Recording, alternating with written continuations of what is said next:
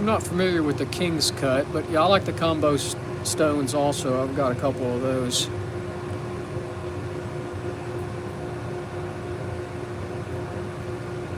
Oh wow, that just cuts wonderful. Let's try some fur.